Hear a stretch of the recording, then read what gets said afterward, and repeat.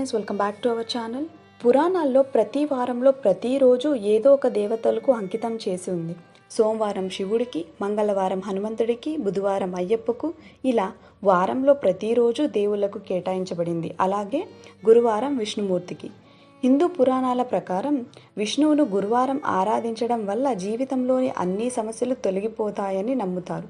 విష్ణువును హరి అని ఎందుకు పిలుస్తారు, గురువారం పూజ ఎందుకు చేస్తారనే విషయాలు ఇప్పుడు తెలుసుకుందాం.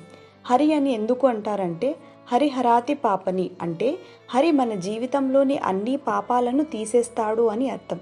హరి అంటే భుజించేవాడని, హరి అంటే కష్టాలను తొలగించేవాడని, ఇలా చాలా అర్థాలు ఉన్నాయి. విష్ణువును హృదయపూర్వకంగా కొలిచే భక్తుడికి పాపాలన్నిటినీ తొలగిస్తాడని పురాణాలలో చెప్పబడింది. అలాగే ఎంత పెద్ద సమస్యలున్న వారికైనా విముక్తి కలుగుతుందని కూడా చెప్పబడింది. అందుకే ఆయన భక్తులు ఆయన్ని హరి అని, శ్రీహరి అని